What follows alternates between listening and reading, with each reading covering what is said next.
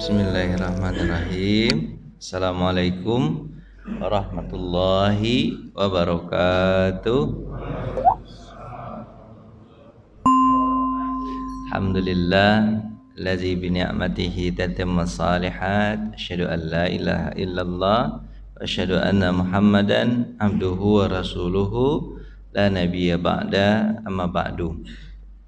Jamaah yang dirahmati Allah, kita lanjutkan kajian dalam kitab Minhajul Qasidin Sarah Mukhtasar Ihya Ulumuddin dengan bagian kitab yang keempat, yaitu hal-hal yang melepaskan, hal-hal yang baik yang harus kita kerjakan.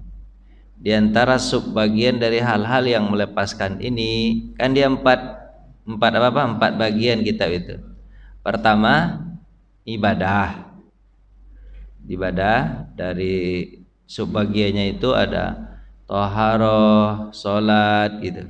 Tapi yang dibahas itu adalah untuk membersihkan hati. Setelah ibadah, bagian kedua dalam buku itu adat. Adat itu adalah kebiasaan, makan, minum. Jadi bukan hanya sekedar makan fisik ketika kita makan, tapi ketika kita makan, kita ingat yang memberi makan adalah Allah. Begitu model bukunya begitu, karena bukunya Tazkiyatun Nafs, membersihkan jiwa modelnya. Kemudian bagian ketiga, Bapak, muhlikat, hal-hal yang menghancurkan. Muhlikat, hal-hal yang menghancurkan. Mulai dari iri, dengki, kayak gitu, Pak, yang buruk-buruk.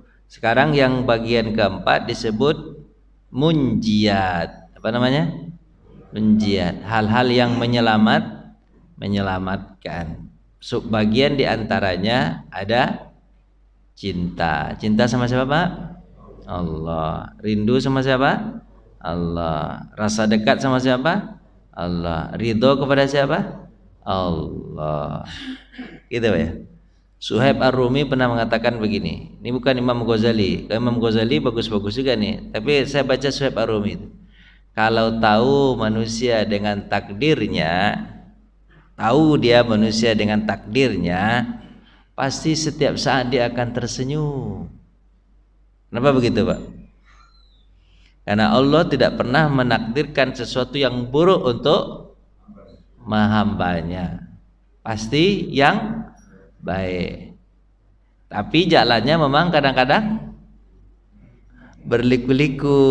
Berliku-liku itu tujuannya baik juga, supaya dia bisa merasakan nikmatnya, mendapatkan suatu kenikmatan. Karena kan kenikmatan itu tidak didapatkan kecuali dengan kesusahan. Kan pepatah mengatakan apa? Berakit-rakit dahulu, berenang-renang ke tepian. Bersakit-sakit dahulu, bersenang-senang kemudian. Jangan dirubah-rubah. Banyak orang yang merubah-rubah pepatah itu. Gitu kan. Baik. Ini kita bahas tentang cinta, rindu, rasa dekat kepada Allah. Jadi ini sifat-sifat yang menyelamatkan. Ada 4 hal yang langsung dibahas di sini. Cinta, rindu, dekat, ridho kepada Allah. Baik. Cinta kepada Allah adalah tujuan yang tertinggi dan derajat orang-orang yang tertinggi di akhirat. Cinta kepada Allah. Cinta kepada Allah akan melahirkan cabang rindu, dekat, dan ridho. Jadi kalau sudah cinta pasti rindu. Jadi gini, Pak, Bapak kalau cinta rindu enggak, Pak? Serius? Bapak cinta enggak sama Allah? Serius? Bapak rindu enggak? Terus kapan? Kapan ketemunya? Ayah mati dulu. Mau enggak? Kemarin saya udah bahas sama Bapak ya. Nabi Muhammad itu ketika mau apa, Pak? Mau meninggal, dia kan kemarin apa itu? Datang ke Baqi. makam ke Baki. Baki itu kemudian dia mendoakan para sahabat itu 3 hari sebelum meninggal itu. Dia datang di situ ditemani oleh maulanya Abu Muaidah namanya. Abu Muaidah, Muaibah itu. Itulah Abu Muaidah, ditemani oleh maulanya atau budaknya. Terus dia berkatakan, apa katanya? Setelah ini dia berkata kepada orang-orang Baki dulu, beruntung kalian, karena kalian tidak akan melihat fitnah yang akan muncul setelah aku. Jadi untung kalian mati duluan. Apa sebab? Setelah aku meninggal nanti akan muncul fitnah. Terus dia berkata kepada Abu Muaidah, "Hai Abu Muaidah, aku diberi pilihan oleh Allah, pertama agar aku bisa hidup selama-lamanya. Aku menguasai dunia ini dan perbendaharaannya. Semua isinya aku kuasai. Terus aku juga diberi pilihan oleh Allah bertemu dengannya. Dan aku memilih bertemu dengan Allah." Apa kata Abu Muaidah, Pak? Abu Muaidah mengatakan apa? "Ya Rasulullah, pilihlah kami bersama dengan kami, pimpin kami sampai nanti hari kiamat." Apa kata Rasulullah? "Aku lebih memilih bertemu dengan Allah." Gitu, Pak. Kenapa, Pak? Yang pertama kata ulama, satu, karena Nabi Muhammad itu tidak cinta dunia. Dia nggak penting betul sama dunia ini. Kenapa dia nggak penting betul dunia ini, Pak, sama Nabi Muhammad, Pak? Ya begini-begini aja. Dan Nabi Muhammad hatinya terhadap dunia ini nggak ada. Beda dengan kita nih manusia nih. Kita ini kalau diberi umur panjang, Bapak mau nggak? Jawablah, mau kan? Mau. Berapa umur Bapak maunya? Sampai hari kiamat? Sama dengan iblis dong. Sampai hari kiamat. Tapi bedanya iblis itu sampai hari kiamat dia menjadi orang yang durhaka kepada Allah. Ini enggak, sampai hari kiamat Nabi Muhammad itu jadi orang yang baik. Mau enggak Bapak jadi orang baik tapi umurnya panjang terus? Dan dapat harta banyak, kemudian dapat kedudukan tinggi. Mau enggak Bapak begitu, Pak? Jadi presiden sampai hari kiamat. Bosan juga Pak ya? Bosan juga Pak ya? Bosan, serius Pak, bosan.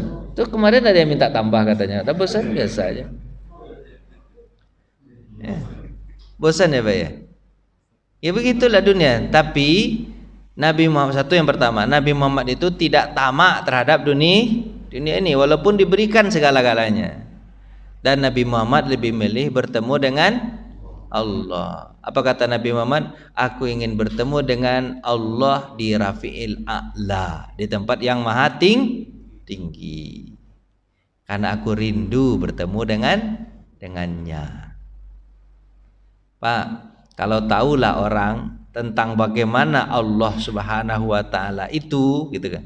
Allah Subhanahu wa taala itu sayangnya kepada kita, tentu kita akan cinta, rindu, merasa dekat, ridho terhadap apa yang dia lakukan untuk kita. Kalau kita tahu. Tapi kebanyakan kita nggak tahu, gitu. Ya Pak ya. Pak, ada orang begini. Ada orang yakin bahwa orang itu akan menolong dia. Betul Pak ya?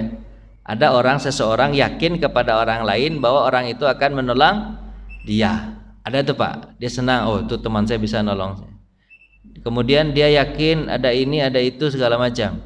Tapi herannya dia dia tidak yakin bahwa Allah lah yang maha segala-galanya. Padahal apa yang diberikan oleh temannya kepada dia itu berkat dari Allah juga. Gitu. Dan ini Pak, Allah itu kata Nabi Muhammad lebih sayang, lebih cinta kepada kalian daripada orang tua kalian sendiri. Benar nggak Pak? Benar nggak Pak?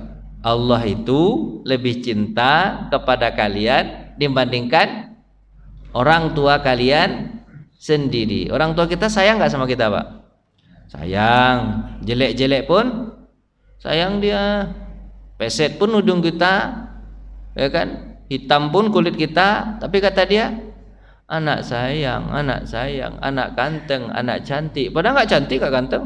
Tapi bagi orang tua itulah yang paling ganteng. Ditukar anak dia dengan anak bule, nggak mau dia, Pak. Tukar anak ibu dengan anak ini, mau nggak dia, Pak? Nggak mau dia. Kenapa? Karena dia bule juga nggak mau ya. Nggak apa-apa. Kenapa? Itu yang membuat orang tua itu cinta dan sayang. Tapi Allah lah yang menitipkan rasa cinta kepada orang tua tersebut. Gitu, Pak. Jadi sebenarnya Allah itu lebih sayang dan lebih cinta dibandingkan orang tua kalian sendiri. Kalau kalian tak tahu. Dah gitu, Pak. Cinta kepada Allah adalah, kalau cinta, Pak, itu awalan kita akan taubat. Muqaddimah itu artinya apa, Pak? Nah, jadi pembuka kita untuk taubat. Jadi kalau cinta sama Allah kita akan taubat. Kemudian kalau cinta sama Allah kita akan sabar.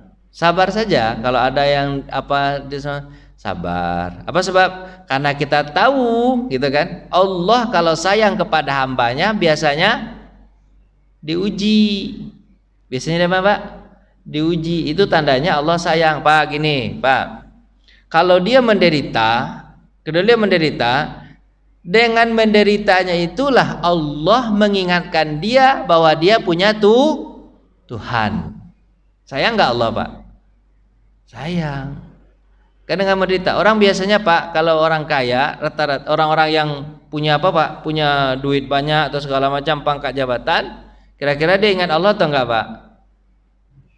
Insya Allah. Serius, Pak, nih ya? Ya, serius, Pak, ya? Ada, insya Allah ada. Tapi rata-rata agak lupa. Mohon maaf nih, Pak. Ini kalau kita lihat dari sisi ini ya, sisi Allah ya, cintanya Allah, Pak. Kalau ada orang yang sakit, stroke misalnya, 5 tahun, bagus nggak untuk dia, Pak? Bagus. Kenapa nggak bagus? Karena orang yang sakit itu, karena orang sakit itu sudah jelas bahwa segala bentuk dosa pasti dia tinggalkan. Mungkinkah orang yang sedang sakit begini, Pak, diajak sama temannya, ayo kita ke karaokean yuk, dia stroke, mau nggak dia, Pak? Atau ayo kita ke diskotik yuk, dia stroke, mau nggak dia, Pak? Kenapa nggak mau, Pak? Gimana dia mau ke karaokean segala macam? Karena dia stroke. Yang penting jelas itu, Pak. Orang yang kalau sakit pasti terhindar dari dosa. Itu bentuk kecintaan Allah Subhanahu wa taala. Dia sabar nanti itu, Pak, sabar. Kemudian dia zuhud. Zuhud itu apa, Pak? Zuhud itu bukan berarti nggak ada kemudian dia mengatakan ya udah nggak ada, kalau nggak ada ya udah sama-sama kita nggak makan. Itu bukan zuhud. Zuhud itu apa, Pak? Karena adanya maka dia menghindar dari itu. Ada, tapi dia tidak memasukkan hatinya untuk itu. Tuh namanya orang kaya tapi tidak mempergunakan fasilitas kekayaan itu. Seperti Nabi Muhammad kan banyak duit, bukan digunakan tapi diberikan kepada orang. Itu disebut apa, Pak? Zuhud terhadap dunia. Dah gitu. Itu cinta itu nanti ini kajiannya. Allah mencintai mereka, ya, Pak? Dan mereka pun mencintai Allah. Jadi gimana caranya, Pak? Ya, Bapak harus cinta sama Allah, nanti baru Allah mencintai kita. Dalam surah apa nih, Pak? Al-Maidah. Gimana cara nyarinya kemarin, Pak? Pak tahu nggak? Quran in Word. Kasih ya, Bu. Di Word dulu. Ambil Word. Enaknya begitu ya. Ini Quran Kemenak nih. Ayat berapa tadi? 54. Surat keberapa Al-Maidah? Di sini. Surat Al-Maidah kelima ayat 54. Coba Pak lihat ayatnya. Kadang-kadang saya ini enggak nulisin ayat. Harusnya ditulisin ya, Pak ya. Tapi terlalu panjang nanti itunya, slide-nya. Ini ayatnya. Ya ayyuhal auzubillahi minasyaitonir rajim. Ya ayyuhallazina amanu may yartadda minkum an dinihi fasawfa ya'tillahu biqaumin yuhibbunahum wa yuhibbuna. Hai orang-orang yang beriman, siapa yang murtad di antara kalian terhadap agamanya, maka Allah akan datangkan nanti kaum yang dia mencintai Allah dan Allah pun mencintai mereka. Gitu kan? Azillata 'alal mu'minin, a'izzatan 'alal kafirin. Sayang kepada orang beriman, tegas kepada orang kafir. Yujahiduna fi sabilillahi wa la yakhafuna laumata laim. Zalika fadlullah yu'tihi may yasha wallahu wasi'un alim. Gitu kayak mereka berjuang di jalan Allah dan tidak takut kepada orang-orang yang mencela. Allah akan memberikan keutamaannya kepada orang yang dia kehendaki dan Allah maha luas lagi maha mengetahui. Gitu Pak. Jadi gitu Pak. Jadi orang-orang nanti misalnya gini Pak, kalau Bapak tidak dapat cinta Allah, nanti ada orang yang akan cinta sama Allah dan Allah cinta sama mereka. Kalau saling cinta gimana Pak? Bapak dengar nggak hadis Nabi kalau saling cinta itu Pak? Kuntu sami'ahu allazi yasma'u bih. Gitu kan? Apa Pak? Pendengaran orang itu Allah sudah cinta. Gimana caranya Pak? Pendengarannya adalah pendengaran Allah. Wa yubsitul ladzi wa yadahu ladzi yubsitu bih. Tangannya adalah dengan Allah.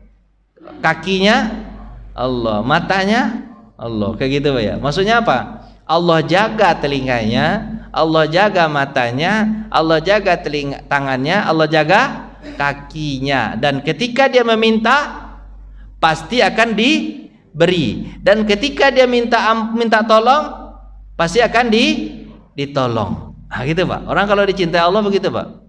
Kalau dapat cinta Allah itu begitu. Apa yang dia minta pasti diberi. Apa yang dia minta tolong pasti ditolong. Itulah kekasih Allah Subhanahu wa ta'ala. Gitu Pak. Dan Allah itu maha luas kasihnya. Kalau kita Pak, kalau kita memberikan kasih itu luasnya cuma berapa Pak? Bukan separuh Pak. Itu kasih kita kalau Bapak punya istri berapa cuman bisa ya? 4. Bisa lebih nggak pada itu? Nggak boleh. Jadi istilahnya begitu kan. Kalau punya anak berapalah kuatnya kita untuk memberi kasih dan perhatian. Tapi kalau Allah kasihnya maha luas. Siapapun yang kepengen bisa dapat. Tapi kalau Bapak kalau sudah punya istri bisa dapat lagi nggak yang lain? Nggak bisa. Apa sebab?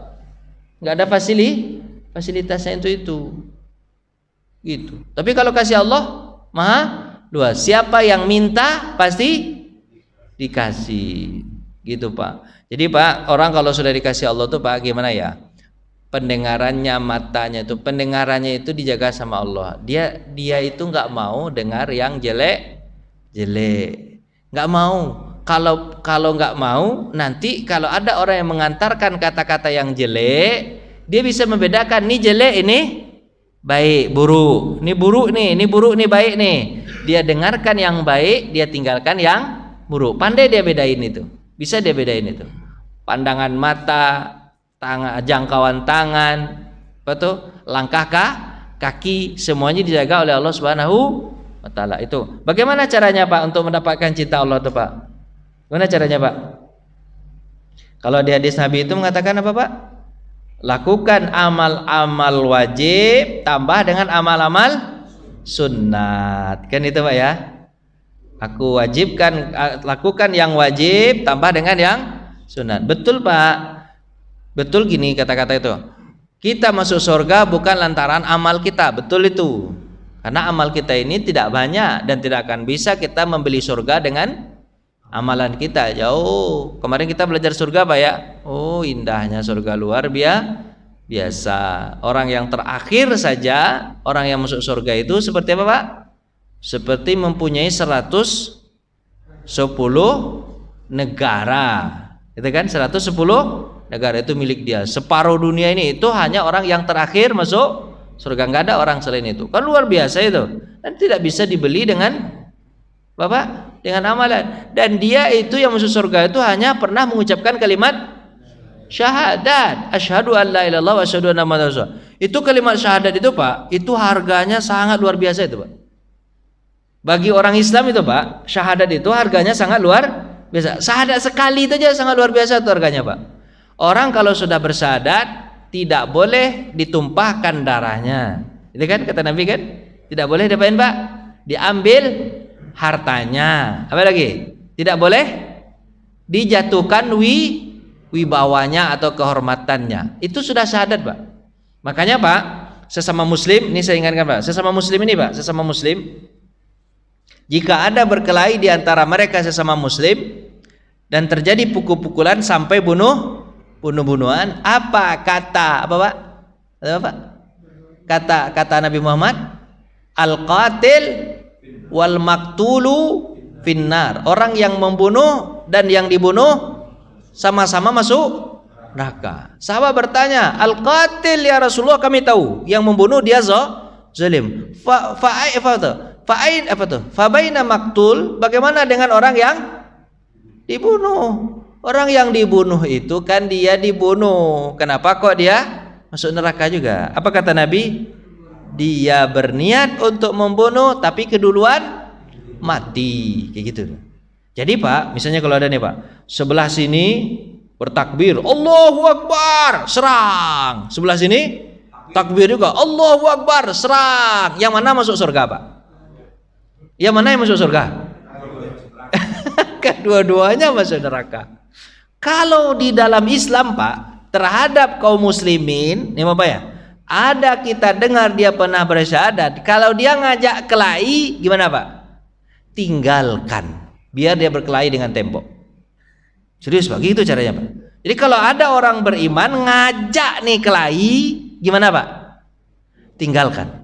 Bukan berarti kita pengecut, enggak begitu. Bukan berarti kita pengecut, enggak. Karena undang-undangnya begitu, sesama muslim itu tapi kan azillatan alal mu'minin wa izzatan alal kafirin. Lembut terhadap orang beriman, tegas terhadap orang kafir. Jadi kalau terhadap orang yang pernah mengucapkan syahadat walaupun dia munafik, tinggalkan. Tinggalkan. Bagaimana Nabi Muhammad memperlakukan orang munafik, Pak? Pak tahu bagaimana Nabi Muhammad memperlakukan orang munafik, Pak? Apakah dipukul sama Nabi atau dibunuh? Enggak dia apa-apain, dibiarkan, dan Nabi mendoakan agar dia dapat petunjuk. Abdullah bin Ubay bin Salul itu yang sudah sangat terkenal itu Bapak tahu itu bagaimana jahatnya luar biasa. Abdullah bin Sabah itu setelah Nabi Muhammad SAW. Abdullah bin Sabah kan dia masuk golongan tabi'in. Maksudnya masuk golongan tabi'in karena dia bertemu dengan sahabat, tidak bertemu dengan Nabi. Pak, ada satu namanya siapa? Siapa namanya itu? Oh, betul. Uyainah bin Husain. Pak tahu nggak Uyainah bin Husain? Uyainah bin Husain itu kepala suku Ghatafan. Dia orang Arab, kepala suku Ghatafan. Saya mau katakan ini Pak, sebenarnya dia orangnya agak bodoh dikit. Bayangkan sama apa tuh? Dia masuk Islam. Cuma sebenarnya dia masuk Islam itu karena terpaksa aja. Terpaksa itu gimana ya? Karena kan pada tahun ke-5 Hijriah itu, tahun ke-6 Hijriah dan ke-5 ke-6 itu Hijriah itu kan Nabi Muhammad setelah perang Ahzab nih. Setelah perang Ahzab, Uyainah bin Husain ini melihat Nabi Muhammad bisa mengalahkan Khaybar. Khaybar itu benteng Yahudi. Jadi Khaybar Bani Kainuqa, Khaybar Bani Mustali, Khaybar Bani Tadir, nanti mereka pergi ke Khaybar. Di Khaybar itu nanti membuat kekuatan kemudian menyerang Nabi nanti. Nabi bisa menaklukkan. Bayangkan sama apa gini. Uyainah bin Husain itu ketika itu dia belum Islam ketika Nabi Muhammad untuk menaklukkan benteng. Itu kan Nabi Muhammad sampai ke benteng apa Pak? Ke benteng Khaybar tadi. Uyainah bin Husain ini dibayar oleh Khaybar untuk mendatangkan tentaranya 5.000. Berapa Pak? 5.000. Dan Uyainah bin Husain mau dia datang dia ke situ, masuk dia ke benteng untuk melawan Nabi Muhammad. Pada ketika itu belum Muslim. Apa kata Nabi Muhammad? Hai Uyainah, pulanglah. Aku tidak ada urusan denganmu. Kau tentara bayaran. Udahlah, pulanglah. Urusannya siapa dengan siapa? Dengan Khaybar. Apa katanya? Enggak. Aku di sini. Kan aku sudah dibayar. Akhirnya Pak, ada suara dari langit tuh. Dalam hadis itu mengatakan ada suara dari langit. Hai Uyainah bin Husain, sukumu sekarang lagi diserang. Habis itu dia minta permisi sama siapa? Sama Khaybar, orang-orang Khaybar, Yahudi. Bentar ya, aku selesaikan dulu apa? Sukuku. Nanti kalau udah selesai aku balik lagi sini. Ketika dia balik, Nabi serang. Akhirnya Khaybar kalah. Pas dia datang Pak, dia datang, kalah nih orang Khaybar. Datang dia kepada Nabi, tanpa malu dia mengatakan ini, Muhammad, kasihlah aku harta rampasan perang dikit. Apa kata Nabi Muhammad? Tadi sebenarnya Nabi Muhammad sudah nawarkan sama dia, nah kau kan gara-gara harta kau datang ke sini. Bagaimana nanti kau pulang saja, kata Nabi Muhammad, separuh harta Khaybar kau yang dapat. Separuh. Apa kata Uyainah? Enggak, aku tetap di sini membela orang Yahudi Khaybar. Pulanglah separuh. Separuh kata Nabi. Tapi karena dia nggak mau, kan pulangnya bukan karena Nabi tadi. Pulang kenapa Pak? Karena ada suara. Tapi kata ulama, suaranya tersebut nggak tahu itu asalnya dari mana. Yang mencerita itu Pak. Ini cerita. Setelah Khaybar itu Pak, akhirnya dia masuk Islam. Gara-gara dia masuk Islam itu kenapa? Ada temannya. Kayaknya Muhammad nih makin lama makin kuat nih. Kalau kita perangi dia, bisa jadi kita kalah. Lebih baik kita masuk Islam daripada nanti dia datang ke kita memerangi kita. Lebih baik kita masuk Islam duluan. Akhirnya kita tidak diserang. Akhirnya betul Pak, dia masuk Islam Pak. Masuk Islam dia. Pasti masuk Islam Pak, tahu gak? Pasti masuk Islam. Ini ceritanya ketika Nabi menaklukkan Mekah. Saya menaklukkan, kan ada perang namanya perang Hunain. Perang apa Pak? Perang Hunain. Dia datang ke orang Hunain. Coba bayangkan sama Pak nih. Dia datang ke orang Hunain. Dia bilang apa Pak? Hei orang-orang Hunain, lawan Muhammad itu. Padahal dia Muslim dia Pak. Dia sudah Muslim. Dia bilang apa Pak? Lawan Muhammad tuh. Kalian tahu kan? Muhammad itu, kan di Hunain itu awalnya Nabi Muhammad kan kalah Pak ya. Kalah ya. Awalnya kan terpukul mundur karena mereka itu di lereng-lereng bukit itu Pak, lereng bukit. Mereka menyergap Nabi Muhammad di mana? Di lereng-lereng bukit. Akhirnya kocar-kacir tentara Nabi Muhammad karena tidak siap. Kocar-kacir kan kalah. Habis kalah itu dia datang sama orang-orang Hunain. Orang Hunain itu orang-orang inilah apa tuh? Orang ini Pak, orang Taif. Hunain itu di mana Pak? Di Taif. Dia mengatakan gini. Pokoknya kalian kan hebat tuh, ya kan? Kalian bisa memukul mundur Muhammad. Tapi belum kalah Nabi Muhammad nih, belum kalah nih. Betul-betul lawanlah Muhammad tuh. Habiskan, hancurkan dia. Habiskan dia. Padahal sudah Muslim, habiskan dia. Kalau mereka habis, aku bersama kalian. Padahal dia sudah Muslim loh Pak, sudah Muslim loh Pak. Habis itu kan dia selesai dia ngomong sama, karena dia berteman sama orang-orang Hunain. Habis itu dia datang ke Nabi Muhammad SAW. Terus Nabi Muhammad bertanya, Hai Uyainah bin Husain, apa yang kau katakan sama orang-orang Hunain? Apa kata dia? Aku menakut-nakutinya ya Rasulullah. Padahal tadi nakut-nakutin atau beri semangat Pak? Beri semangat. Aku nakut-nakutin Rasulullah. Apa kalian hebat kalian nih? Itu aku bilang sama mereka begitu, kata dia. Muhammad saja baru saja menaklukkan kota Mekah. Apalagi kalian. Gampang sama Muhammad tuh. Atau aku bilang begitu. Kata siapa Pak? Uyainah bin Husain. Nggak tahu dia Nabi itu dapat wahyu dari Allah Subhanahu wa Ta'ala, nggak sadar dia Pak. Terus apa kata Nabi Muhammad? Benarkah begitu? Benar ya Rasulullah. Benar begitu. Bohong kan? Apa kata Nabi Muhammad? Tidak, kau tidak berkata begitu. Gemetaran dia. Oh, di mana Nabi Muhammad tahu nih? Kau berkata seranglah Muhammad karena Muhammad itu kalian kalahkan di hari pertama. Bukankah itu yang kau katakan kepada siapa? Kepada Hunain. Oh, maafkan aku ya Rasulullah. Kayak gitu doang Pak. Maafkan aku ya Rasulullah. Aku maafkan kata Nabi. Coba bayangkan Pak. Bayangkan Bapak kalau begitu Bapak kira-kira gimana Pak? Ini dalam perang nih.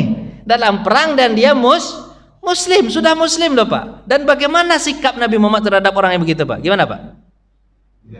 Dimaafkan aja. Bapak tahu gak? Setelah Nabi Muhammad menang melawan orang Taif atau Hunain, itu di Hunain, orang Taif, tapi ininya perangnya di mana Pak? Di Hunain. Setelah menang, Bapak tahu nggak apa yang didapatkan oleh Uyainah bin Husain? Nabi Muhammad berikan 100 ekor onta, 100 keping emas. Itu disebut dengan hari ratusan namanya. Bapak, pokoknya 100 budak, 100 apa Pak? 100 onta, 100 duit, 100, pokoknya 100 lah. Dibagi 100 Pak. Padahal tadi Pak, Bapak kalau mau ngasih gak kira Pak? Coba Bapak bayang. Tadi itu dia begitu, tapi akhirnya kasih oleh Nabi Muhammad SAW. Bapak bayangkan. Jadi Bapak gini, saya sikap ini saya mau menyampaikan ini sama Bapak nih. Tujuannya saya selipkan ini sedikit. Ini kan hari-hari luar biasa nih. Sebentar lagi nih Pak, hari-hari luar biasa. Kalau pernah dia mengucapkan syahadat, kalau dia ngajak kelahi, gimana Pak? Tinggalkan. Biarkan saja dia berkelahi dengan tembok. Serius begitu aja. Bukan berarti Bapak kalah, enggak. Sebab berkelahi dengan orang Islam itu tidak ada manfaatnya sedikit pun. Yang terbunuh, yang dibunuh masuk neraka. Jadi kalau memang nggak bagus omongan dia, udah pergi aja. Sintar ya. Kiprut. Sintar ya. Gigi sakit. Banyak aja yang sakit habis itu. Dikejar Pak ya. Kunci pintu rumah. Kejar. Itu Pak. Jadi nggak ada Pak, nggak ada manfaatnya. Serius. Begitu cara Nabi memperlakukan. Coba Pak. Kita kembali ke sini. Adapun orang-orang yang beriman, mereka sangat cinta kepada Allah. Jadi pokoknya orang beriman itu Pak, itulah harga syahadat itu sangat luar biasa Pak, sangat luar biasa harga syahadat. Lanjut. Makanya saya katakan tadi, syahadat itu walaupun tidak dengan amal kita masuk surga, hanya dengan syahadat bisa membuat dia masuk surga. Walaupun surga yang ingat Pak ya, surga syahadat itu harganya sangat mahal, sangat luar biasa. Bapak tolong hargai itu, karena Allah menghargai itu. Seharga berapa Pak? 110 negara dikasihkan untuk dia, hanya dengan kalimat Bapak syahadat. Makanya bapak-bapak ini harusnya merasa diri bapak sangat berharga, jangan bapak sia-siakan. Dan juga bapak melihat teman-teman bapak pun di pandangan bapak apa? Sangat berharga, walaupun diantaranya ada yang munafik. Itu ya. Terus seorang laki-laki bertanya kepada Nabi Muhammad SAW, ya Rasulullah, gitu. Maka beliau balik bertanya, karena dia bertanya ini, ya Rasulullah, kapan hari kiamat sebenarnya? Pertanyaan itu apa Pak? Kapan hari kiamat? Nabi tidak menjawab. Nabi balik bertanya aja kepada, apa yang kamu siapkan? Dia sebenarnya ada di atas ada nih Pak, ada di atas di sana. Kapan hari kiamat? Nabi tidak menjawab karena Nabi juga tidak tahu kapan hari kiamat. Nabi balik bertanya aja, apa persiapanmu? Kata Nabi untuk hari kiamat itu. Dia menjawab, apa jawaban dia? Aku tidak menyiapkan banyak sholat, aku nggak punya banyak sholat, aku nggak punya banyak puasa, hanya saja aku cinta kepada Allah dan Rasulnya. Apa jawaban Nabi? Maka Rasulullah bersabda, seorang itu akan bersama orang yang dia cintai dan bersama siapa yang kamu cintai. Anta ma'aman ahbabta, kata Nabi. Kamu bersama orang yang kau cintai. Jadi gini Pak, orang kalau cinta itu Pak, gini ini kaidahnya Pak. Orang kalau cinta itu apa yang dia perintahkan mau nggak dia Pak? Kalau cinta sama kalau cinta sama Allah berarti ikut Nabi. Bahkan kan itu kan. In kuntum tuhibbunallah fattabi'uni. Kalau kalian cinta sama Allah, kalian ikut Nabi. Yuhibbukumullah, pasti kalian akan dicintai Allah. Jadi gitu Pak. Apa yang dia perintah, ikut kita. Apa yang dilarang, tinggalkan. Karena itu yang mengatakan siapa? Kekasih kita dan cinta kita. Siapa lagi yang kita cinta? Ini kita cinta. Ya orang yang setelah Nabi Muhammad, orang yang menyebarkan agama, warasatul anbiya, al ulama warasatul ya itu yang kita cintai. Cinta kita, sayang kita, walaupun kita tidak bisa memberi banyak untuk orang yang kita cintai, untuk Allah lewat orang-orang yang kita cintai, paling kurang kita tidak menyakitinya. Gitu Pak ya. Ini hadis berikutnya nih. Ini Pak, orang kalau cinta itu Pak yang saya katakan tadi itu, malaikat maut datang kepada siapa Pak?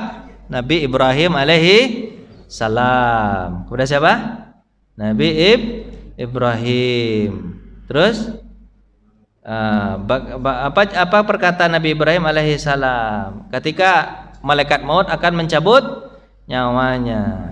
Itu kan? Bagaimana mungkin seorang kekasih mematikan kekasihnya, ini kan? Bagaimana mungkin seorang khalil mematikan khalilnya? Teman, gitu kan, teman. Bagaimana mungkin seorang kekasih mematikan kekasihnya? Maka Allah itu menangis itu sebenarnya. Kan kemarin kita udah jawab itu kan di buku yang atas kira Pak, tentang kematian itu kan di awal-awal itu. Menangislah. Ini aja apa Pak? Siapa menangis Pak? Malaikat maut aja menangis dengan komentar siapa? Komentar Nabi Ibrahim. Nggak jadi dia nyambut Pak. Nggak jadi dia nyambut. Balik dia ke atas. Ya Allah, aku tak tega menyebut nyawa Ibrahim. Dia berkata seperti ini. Bagaimana mungkin seorang yang mencintai dimatikan oleh kasihnya? Nggak jadi dia nyambut. Itu kan dari kemarin aku belajar di atas kira. Habis apa Pak?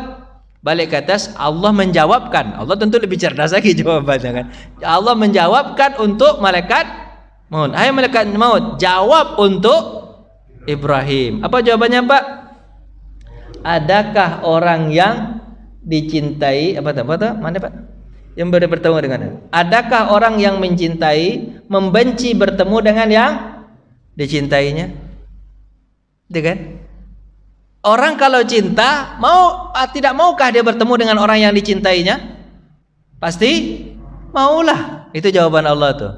Tidak mungkin kata Allah orang yang mencintai tidak mau bertemu dengan kekasihnya. Apa kata Ibrahim setelah itu Pak?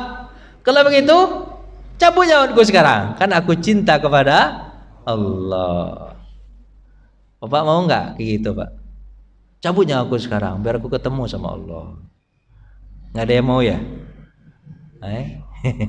Insya Allah ini agak lambat sedikit. Kenapa ya Pak? Kita kok takut banget mati Pak? Termasuk juga saya, mohon maaf, agak takut saya mati itu Pak. Alasan saya itu anak saya masih kecil-kecil Pak. Amalan kurang Pak. Itu sebenarnya Pak. Itu sebenarnya kita itu sudah tahu sebenarnya Pak.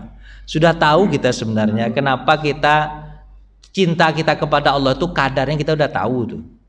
Sebenarnya diri kita kan, karena kita merasa masih takut dan kita tahu kadar cinta kita terhadap dunia ini tahu kita. Kenapa? Karena kita masih ingin tetap di sini. Kita tahu Pak sebenarnya Pak, tahu kita tuh, tahu betul kita itu Pak, ya kan? Kenapa kita tidak mau ketemu sama Allah? Karena kita belum punya persiapan. Kenapa kita masih mau tetap di dunia?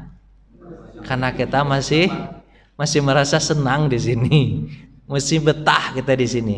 Nanti ketika Allah sudah mencabut kebetahan kita itu baru Bapak minta mati nanti. Sudah apa Pak?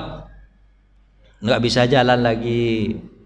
Orang makan kerupuk berbunyi, kita makan kerupuk gak berbunyi. Kenapa Pak gak berbunyi Pak? Hah? Kenapa Pak? Ada giginya di kulum-kulumnya aja Pak. Itu nanti itu dah keadaan begitu Bapak minta mati lagi itu. Yes Pak. Nanti Allah kurang-kurangi. Jadi Allah itu gak ngambil sekaligus Pak, dikurang-kurangi. Biar apa Pak? Cinta kita terhadap dunia itu lama-lama berkurang. Tapi bentuk kasih sayang Allah begitulah kira-kira. Orang makan kerupuk berbunyi, dia gak berbunyi makan kerupuknya. Kok gak berbunyi itu? Matanya gak ada gigi tuh. Campur air sama dia. Kan kerupuk dicelupin sama teh. Ya ilah biar lunak tadi. Kasihan betul. Orang makan daging Pak, kunyah-kunyah sama orang. Dia enggak makan daging, por kiri, por kanan, por kiri, por kanan. Udah setengah jam udah apa Pak? Udah pucat daging tuh belum juga ketelan sama dia Pak. Karena enggak susah makan, enggak ada gigi. Udah mulai mencintai Rasul kan. Ini Pak. Nah, barang siapa yang mengetahui Tuhannya, maka pasti dia mencintai. Harus tahu dulu sama Tuhan. Pasti dia cinta Pak. Tuhan itu maha pemberi rezeki. Sayang nggak kita Pak sama dia? Sayang. Tuhan itu maha menyelesaikan masalah. Sayang nggak kita Pak? Sayang. Kan ada 99 nama itu Pak. Makanya Pak, Imam Syafi'i itu pernah mengatakan sebaik-baik doa itu diawali dengan nama Allah. Sebutkan dulu gini ya. Misalnya Bapak ingin minta ampun kepada Allah. Ya Allah yang maha penerima taubat, ampuni aku terhadap dosaku. Dia diawali dengan kata itu Pak. Misalnya Bapak lagi ada masalah. Ya Allah yang maha bisa menyelesaikan masalah, selesaikan masalahku ya Allah. Misalnya nih Bapak yang mendidik anak susah, Bapak bilang apa? Ya Allah yang maha memberi petunjuk, tunjukilah anak saya kepada yang baik. Kalau bahasa Arabnya kan ya hadi, yang maha memberi petunjuk. Tapi kalau seandainya Bapak, kalau Bapak nggak bisa ya pakai bahasa Indonesia. Misalnya lagi Bapak lagi apa lagi? Contohnya Bapak Oke, apa contohnya, Pak? Bapak kekurangan duit, Bapak bilang apa? Ya Allah yang maha kaya, ya Allah yang maha pemberi rezeki. Kan banyak nama-nama Allah, masukkan nama-nama Allah itu di depan, baru Nabi Muhammad itu Pak gini, ada orang yang langsung minta. Ketika itu Nabi Muhammad, dia orang berdoa kan langsung minta, ya Allah ampuni aku. Bagus sih permintaan dia, ampuni aku. Apa kata Nabi? Istajalahu. Dia tergesa-gesa itu, kata Nabi. Kalau mau berdoa, puji dulu Allah dengan banyak-banyak pujian. Jadi dipuji-puji Pak. Alhamdulillah. Pokoknya puji aja Allah itu sebanyak-banyak pujian. Baru nanti masuk permintaan sedikit. Jangan banyak permintaan tapi tidak ada pujian. Bapak kalau ingin minta sama orang kan banyak puji-puji aja udah, puji-puji. Kira-kira apa Pak? Kira-kira gimana? Kata pengantarnya itu banyak. Kira-kira gimana Pak? Dikasihnya apa? Bapak minta 1 dikasihin 10. Kenapa begitu Pak? Banyak pujiannya. Sanjung Allah tuh. Dia memang Allah itu maha patut untuk disanjung. Kalau manusia kan kalau puji-puji kadang muntah dia kan dengar pujian kita. Kata dia kan. Tapi kalau Allah itu memang sangat pantas untuk disanjung. Puji-puji. Habis itu kata Nabi, berikan salawat kepadaku, kata Nabi. Baru minta. Jadi makanya tadi itu cara berdoa begitu diajari Nabi. Gimana Pak? Puji-puji dulu dengan nama-nama Allah. Awali dulu dengan asma Allah, baru masuk permintaan. Salawat baru masuk permintaan. Gitu Pak. Caranya diajarkan Nabi. Kan Hasan Al-Basri berkata, siapa yang mengetahui Tuhannya pasti dia akan cintainya. Waktunya habis nih Pak ya. Mencintai Rasulullah itu berpijak kepada cintanya Allah. Jadi Pak, bagaimana cara mencintai Rasul? Berpijak dari cintanya Allah. Kalau cinta kepada Rasul pasti mencintai Allah. Dan kalau ingin cinta kepada Allah lewat Nabi Muhammad SAW. Karena Nabi Muhammad adalah orang yang mengajarkan kepada kita bagaimana cara mencintai Allah. Demikian cinta pada ulama. Karena apa yang dicintai oleh yang dicintai pasti paham ke Bapak dengan bahasa ini? Bahasanya. Pokoknya apa yang dicintai oleh Allah pasti dia juga cinta untuk melakukannya. Gitu bahasanya Pak ya.